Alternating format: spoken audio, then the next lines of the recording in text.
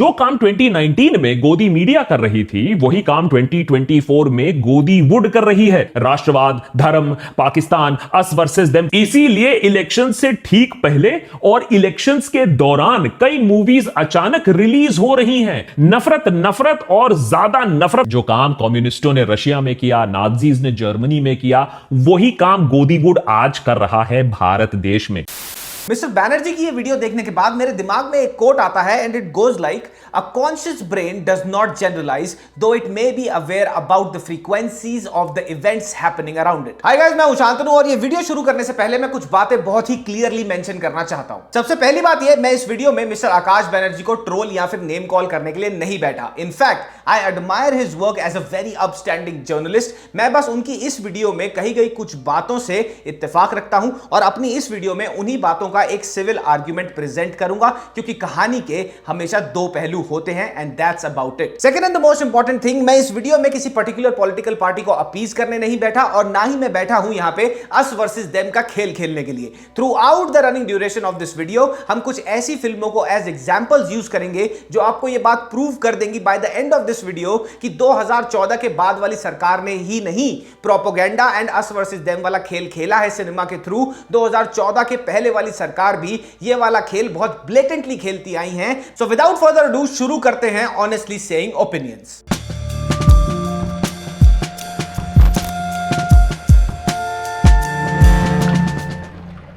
Kashmir files, Kashmiri पंडितों पर हुए अत्याचार और 90s में सरकार की मिलिटेंसी के सामने जो हार है उस पर आधारित पिक्चर है। लेकिन इस मूवी ने उस सच को दर्शाने के बहाने अस वर्सेस देम का नैरेटिव खूब अच्छी तरीके से चलाया। फिर आई Kerala story. Kashmir files, article 370, Kerala story propaganda films हैं और इनको बड़े ही स्मार्टली टाइम करा जाता है to release around the time of the elections. 2004 में आई एक फिल्म फाइनल सॉल्यूशन जो गुजरात राइट्स पे बेस्ड थी और कंपेयर करती है the thought process of the majority community and the rise of the right wing politics to that of the Nazi Germany's in the 1930s। 2005 में आती है परजानिया, a fantastic film, लेकिन यह फिल्म एक बार फिर राइट विंग पॉलिटिक्स और majority community को major अग्रेसर्स दिखाती है फिल्म के अंदर। 2007 में आती है एक फिल्म धर्म। इसमें होता यह है कि एक पंडित जी एक माइनॉरिटी कम्युनिटी के बच्चे को मरने से बचाते हैं, किससे?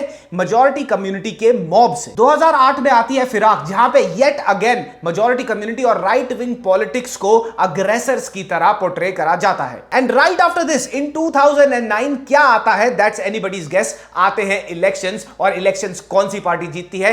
कांग्रेस। तो अगर Kashmir files, article 370 and the Kerala story जैसी फिल्में प्रोपेगेंडा हैं, तो कांग्रेस के कार्यकाल में बनी ये वाली फिल्में जो कंसिस्टेंट बेसिस पे राइट विंग पॉलिटिकल आइडियोलॉजी को कंपेयर करती आई है नाजी जर्मनी की पॉलिटिकल आइडियोलॉजी से, बड़े ही कंसिस्टेंट बेसिस पे बड़े ही सटली अग्रेसर्स दिखाती आई है मेजॉरिटी कम्युनिटी के लोगों को। And at the same time फिल्मों का फंडामेंटल प्लॉट लाइन होता क्या है? वो होता है अस वर्सेस देम का नैरेटिव। तो क्या यह वाली फिल्में प्रोपेगेंडा नहीं हुई बाय ऑल लॉजिक? गुलाल 2009, स्टूडेंट पॉलिटिक्स और पॉलिटिक्स में कास्ट का कैसे इस्तेमाल होता है। पता नहीं नेताओं को उस समय ये पिक्चरें बुरी कैसे नहीं लगती थी, कैसे इनको रिलीज की अनुमति मिल जाती थी। गुलाल 2009 अगेन अ फैंटास्टिक फिल्म, दिखाती है student politics based on Hindu supremacy ideas को। लेकिन फिल्म के क्रक्स में, फिल्म के कोर में यही है कि पोटेंशियल थ्रेट या पोटेंशियल अग्रेसर्स हो सकते हैं मेजॉरिटी कम्युनिटी वाले। तो उस टाइम की रूलिंग सरकार यानी कि कांग्रेस को इस फिल्म में कैसे कोई दिक्कत नजर आएगी, जबकि उनको परजानिया और धर्म जैसी फिल्मों में जहां पे अस वर्सेस देम वाला नैरेटिव पेडल करा जा रहा था वही नहीं दिखा। जेएनयू पर आधारित पिक्चर,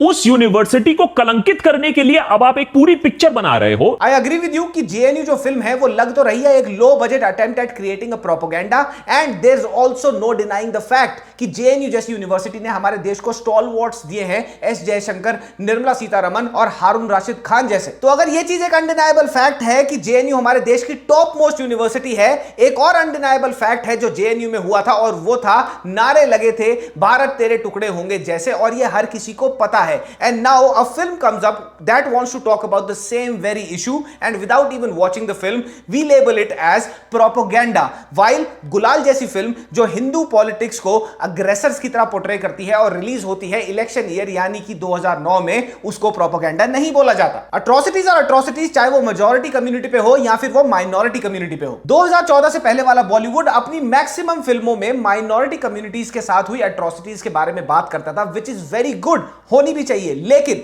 अगर 2014 के बाद वाला सिनेमा मेजॉरिटी कम्युनिटी के पे हुई कोई अट्रॉसिटीज को एड्रेस करता है, उनके बारे में बात करना चाहता है, कोई पॉइंट रखना चाहता है, तो उसको outrightly blindly without any logical debate propaganda label करना मेरे हिसाब से ठीक नहीं है। क्योंकि अस वर्सेस देम वाला नैरेटिव चाहे लेफ्ट विंग चलाए सिनेमा के थ्रू या राइट विंग चलाए सिनेमा के थ्रू, वो क्रिएट करेगा डिवीजन ही। तो mister Banerjee, very humbly I request you to look at this, क्योंकि 2014 से पहले भी अस वर्सेस देम वाली नैरेटिव की फिल्में एग्जिस्ट करती थी। 1975 गुलजार की आंधी, 1978 में आई.एस. जौहर की नसबंदी पिक्चर, 1978 में ही अमृत नाहटा की किस्सा कुर्सी का। उस समय ये सारी पिक्चरों के बारे में जो बात कर रहा हूं उन्हें बैन कर दिया गया था। कांग्रेस ने इमरजेंसी के दौरान ये सारी फिल्में जिनके बारे में आपने अभी बताया उनको बैन किया, लेकिन कांग्रेस की इंटॉलरेंस यहीं तक सीमित नहीं है जहां तक आपने बताया। गोकुल शंकर नाम की एक फिल्म 1963 में कांग्रेस के द्वारा बैन करी गई थी, क्योंकि वो फिल्म एक्सप्लोर करना चाह रही थी नथुराम गोडसे के psychological motivations in murdering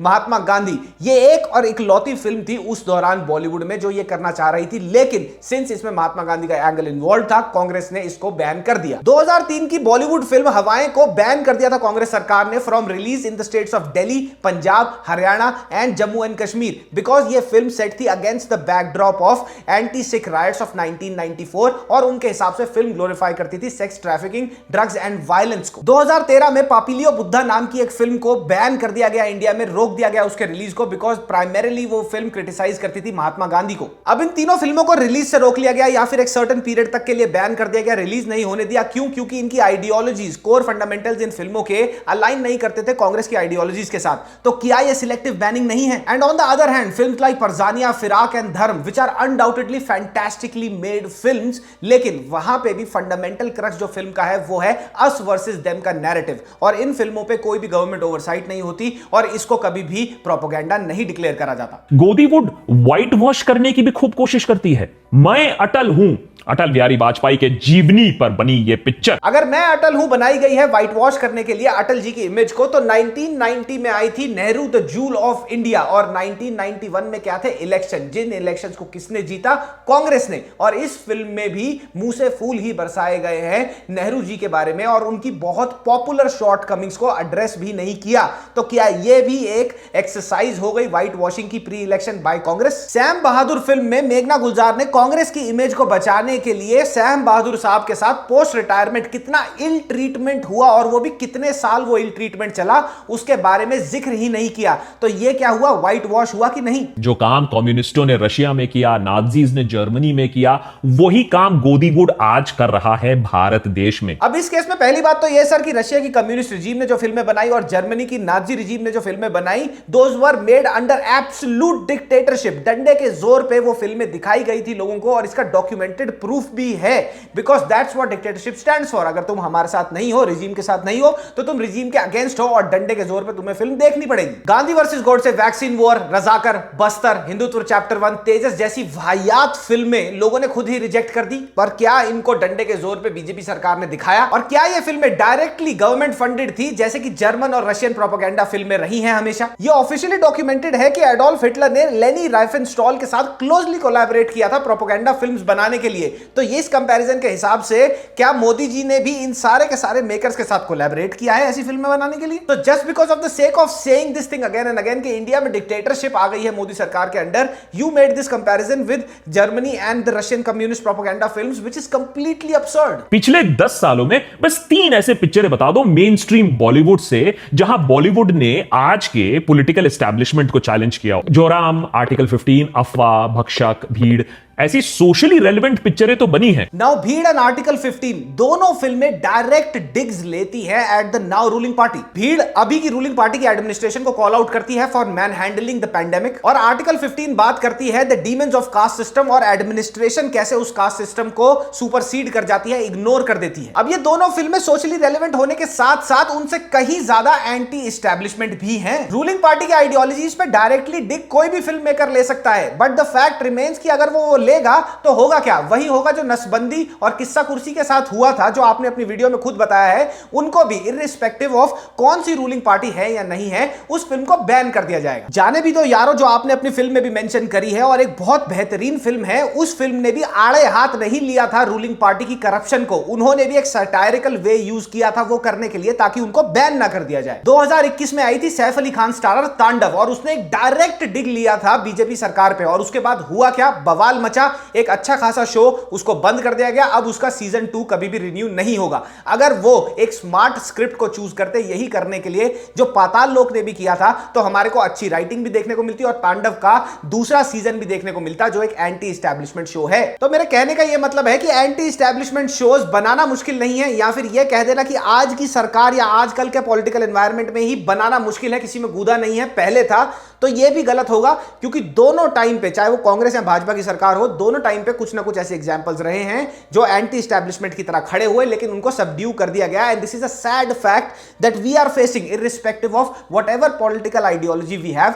we need to stand against this. Shahrukh Khan की जवान, जो बॉलीवुड की हिस्ट्री की सबसे बड़ी फिल्म बन चुकी है, उसमें भी बड़ी ही स्मार्टली रूलिंग पार्टी पर डिग लिया गया है। और वो लिया गया एक छोटा सा डिग 5 ऐसी स्मॉल बजट एंटी एस्टैब्लिशमेंट फिल्मों के बराबर है, जो कभी भी मासेस को पेनिट्रेट कर ही नहीं पाएंगी। रंग दे बसंती 2006 कांग्रेस गवर्नमेंट के समय आई ये मूवी सीधा डिफेंस मिनिस्ट्री पर मिग 21 के खराब क्वालिटी को अटैक करता था। Now coming to the Rang De Basanti logic, one of the most iconic films ever made in Bollywood, and I completely agree with you on this fact कि ये फिल्म अगर आजकल के पॉलिटिकल एनवायरनमेंट में होती तो शायद ही ये अपना रिलीज कभी देख पाती। लेकिन अगर हम व्हाट इफ ये होता तो वो होता कर ही रहे हैं, तो मैं एक सवाल आपसे पूछता हूं, और वो ये है कि क्या आर्टिकल 370 जैसी फिल्म जो अभी रिलीज हुई है वो कांग्रेस के कार्यकाल में रिलीज हो पाती, गिवन द फैक्ट वो फिल्म ये पूछती है और इस चीज को क्वेश्चन करती है कि जो एक ट्रांजिशनरी पर्पस था आर्टिकल 370 का, वो पर्पस सॉल्व होने के बाद उसको हटाया क्यों नहीं गया, और क्यों for decades it was exploited for power in the state of Jammu and Kashmir? क्या वो रिलीज हो पाती कांग्रेस के कार्यकाल में? गोदी वुड का फेलियर, वीर सावरकर। अब आपकी, मेरी या फिर किसी की भी सावरकर को लेके कोई भी फीलिंग्स हो, the fact remains that he did his contributions in the initial freedom struggle, जिसकी वजह से उनको लंदन से सीधा भेज दिया गया काला पानी में, जहां पे उन्होंने माफीनामे लिखे, वो भी डॉक्यूमेंटेड है। तो दोनों चीजें फैक्ट हैं। अगर हम मुगल हिस्ट्री पे बनी हुई फिल्मों को सेलिब्रेट कर सकते हैं, अगेन फैंटास्टिक फिल्म्स, लेकिन मुगल थे कौन? ऑप्रेसर्स ही थे ना। अगर हम उनको सेलिब्रेट कर सकते हैं, तो अगर हमारे अनसंग हीरोज या फिर ऐसे freedom fighters, for example Savarkar, जिनके बारे में हमारी हिस्ट्री बुक्स में बहुत ही ना के बराबर जिक्र था, वो फिल्म उसके बारे में जिक्र करना चाहती है, तो वो प्रोपेगेंडा कैसे बन जाती है? आपके रिस्पेक्टेड ओपिनियन के हिसाब से गांधी और गोडसे को एक लाइन में लिखना ही बहुत बड़ी ब्लास्फेमी है, लेकिन एक फ्रीडम फाइटर जिसकी इमेज बहुत तरीके से ग्रे एरिया में लाई करती है, उस पर कोई फिल्म बनती है तो उसको आप प्रोपेगेंडा बोल देते हैं। सारा अली खान की रीसेंट रिलीज ए वतन मेरे वतन through and through Gandhian philosophy पर बेस्ड है और सपोर्ट भी गांधीयन फिलॉसफी को ही करती है। तो क्या बीजेपी ने यहां पे इंटरफेयर करके बोला कि नहीं ये पिक्चर रिलीज नहीं होगी? तो बनर्जी साहब, जो आप कह रहे हैं बिल्कुल सही और सटीक कह रहे हैं, मैं ये नहीं कह रहा आप गलत कह रहे हैं, लेकिन ये ब्लैंकेट स्टेटमेंट दे देना बिना दो पहलू देके कहानी के कि 2014 के बाद ही ये हो रहा है, 2014 से पहले ऐसा नहीं था। फर्क सिर्फ इतना सा है, 2014 से पहले इंटरनेट इतना पीक्ड आउट नहीं था। अगर छोटी मोटी चीजें लोगों को दिखती भी थी, वो घर आके सो जाते थे, इंटरनेट पे उसको लेके बवाल नहीं करते थे, और आज वो चीजें हो रही हैं। You are a far more learned person than I am, you should know it better. Us versus them का नैरेटिव अभी की सरकार भी यूज कर रही है सिनेमा में, तब की सरकार भी यूज कर रही थी सिनेमा में। बस फर्क ये है कि अस और देम उस टाइम कुछ और थे, और अस और देम इस टाइम कुछ और बन चुके हैं। और अगर आप एक बहुत ही पॉलिटिकली चार्ज्ड लेंस से किसी भी सिनेमा के पीस को देखोगे, तो वो आपको प्रोपेगेंडा ही दिखेगा। आजकल चल रही है नेशनलिज्म की वेव, जो कि गलत नहीं है, लेकिन कुछ प्रोड्यूसर्स हैं, कुछ एक्टर्स हैं और कुछ डायरेक्टर्स हैं जो इस वेव पे राइड करके लोगों के ओपिनियंस को एक तरह से ब्लाइंड फोल्ड करना चाह रहे हैं। लेकिन लोग भी पागल नहीं है, उनको भी समझ आ रहा है जो फिल्में जिनमें उनको कुछ तथ्य दिखा वही हिट हुई हैं। बाकी सारी जो प्रोपेगेंडा ड्रिवन फिल्में हैं, they are gone to the trash. तो गाइस, बैनर्जी साहब की वीडियो के अगेंस्ट मेरा एक बहुत ही सिविल सा आर्गुमेंट था। If this video reaches mister Banerjee somehow, you are most welcome to come sit with me on my podcast sir, and we can discuss this in detail right there and right then. आपको ये video कैसी लगी comment section में comment करते जाना, और हाँ, ये वाला कमेंट जरूर करना कि शांतनु तो अंधभक्त निकला और शांतनु को 20 रुपए पेटीएम पे प्राप्त हो गए बीजेपी के द्वारा, क्योंकि इससे बढ़िया इंटेलेक्चुअल कमेंट तो हो ही नहीं सकता यार, इतना फनी भी है साथ में। चलो, तब तक के लिए अगली वीडियो में मिलते हैं। मामा मियां लजानिया पप्पी, बाय बाय।